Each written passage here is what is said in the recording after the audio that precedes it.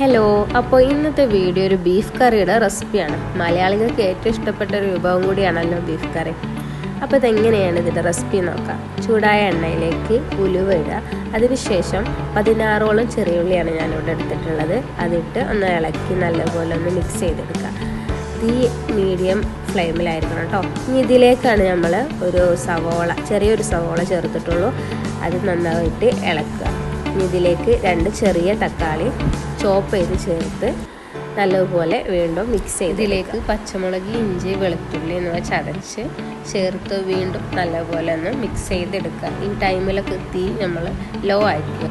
ഇതിലേക്ക് ഇനി മസാല ചേർക്കുക. 1 ടീസ്പൂൺ മഞ്ഞൾപ്പൊടി, 2 ടീസ്പൂൺ മല്ലിപ്പൊടി, 1 ടീസ്പൂൺ മുളക് പൊടി, ആവശ്യത്തിന് ഉപ്പ് എന്ന് ചേർക്കുക. ഇനി അതിലേക്ക് 1/2 കപ്പ് തൈര് ചേർത്ത് നല്ലപോലെ ഒന്ന് മിക്സ് ചെയ്തെടുക്കുക. ഇനി ഇതിലേക്ക് ബീഫ് ചേർക്കണം. കഴുകി വെച്ച 1 കിലോ ബീഫാണ് കേട്ടോ ഇത്.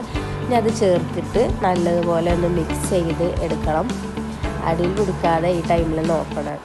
ഇനി ഇതിലേക്ക് 1 കപ്പ് വെള്ളം കൂടി ചേർത്ത് നല്ലതുപോലെ ഒന്നുകൂടി മിക്സ് ചെയ്തെടുക്കണം കേട്ടോ.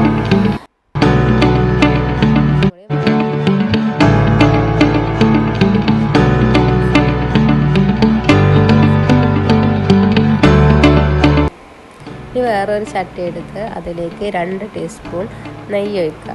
ഏലക്കായ, പട്ട, ഗ്രാമ്പ് എന്നിവ ഇട്ട് ഒന്ന് മൂപ്പിച്ചെടുക്കുക. ഇതിലേക്ക് ഇനി വേണമെന്നുണ്ടെങ്കിൽ മുളക് ചേർക്കാം കേട്ടോ. ഇനി 1/2 തേങ്ങ കൊത്താണ് കേട്ടോ ഇതിലേക്ക് ഇടുന്നത്. ഇതിട്ടൊന്ന് മിക്സ് ചെയ്തെടുത്ത് ഒരു ബ്രൗൺ കളർ വരുമ്പോൾ ഇനി വേവിച്ച് വെച്ച ബീഫ് നമുക്കിതിലേക്ക് ചേർത്ത് കൊടുക്കാം കേട്ടോ. ഈ ബീഫ് ചേർത്തതിന് ശേഷം നല്ലതുപോലെ ഒന്ന് മിക്സ് ചെയ്തെടുക്കുക. ഗ്രേവി വേണ്ടാത്തവർക്ക് തീ കൂട്ടിയിട്ട് ഗ്രേവി വറ്റിച്ചെടുക്കാം കേട്ടോ. അപ്പോൾ ബീഫൊക്കെ നന്നായി വന്നിട്ടുണ്ട്. അപ്പോൾ റെസിപ്പി ഇഷ്ടപ്പെട്ടെന്ന് വിചാരിക്കുന്നു. ഇനി നല്ലൊരു വീഡിയോയുമായി വീണ്ടും കാണാം.